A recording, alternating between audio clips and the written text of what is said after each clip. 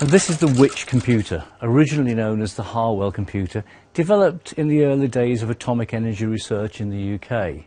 Now, I remember seeing the Witch computer on display in Birmingham in the late 1970s, but sadly it wasn't working at that stage.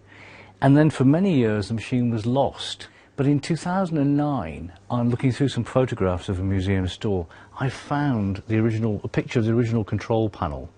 And eventually, after many visits, we found all the components of the machine. It's brought here to the National Museum of Computing, and we began the restoration process to return it back to a working condition. Now, I'm going to introduce Delwyn, who's part of the team that looks after the machine. Hi. What state was it in when it got here? Well, it was very dirty, as you can imagine, having been in storage for so long. And also, one of the first things we had to do was work out where all the kitted parts we received actually went on the racks. And we did that from old photographs and other evidence that we had. So it's substantially complete now, as it was originally? Yes, that's right. And pretty much all the parts you can see in the machine are still the original parts. Can you show me the machine working? Yeah, absolutely. The first thing we need to do is look at how we actually get programs in, which happens over here on the tape reader.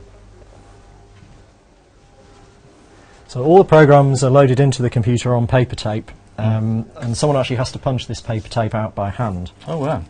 So we load it into the reader here, and then to kick it off we go back over to the control panel. Okay, so we'll now start the machine.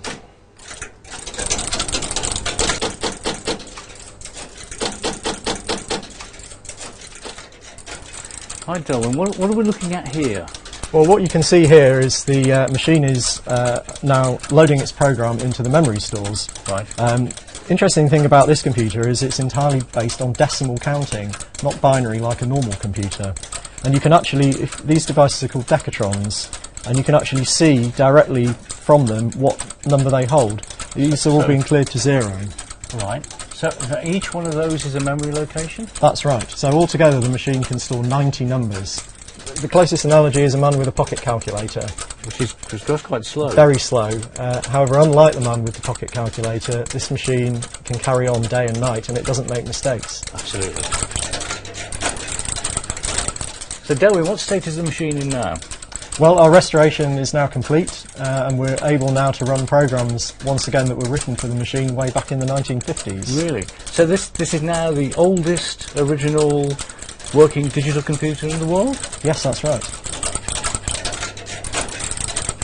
It gives us an understanding of the state of technology in the late 1940s. It's also doubly useful that it's such a visual machine that when we're teaching school children about how computers work and about computer programming, they can see inside this machine and see it operating.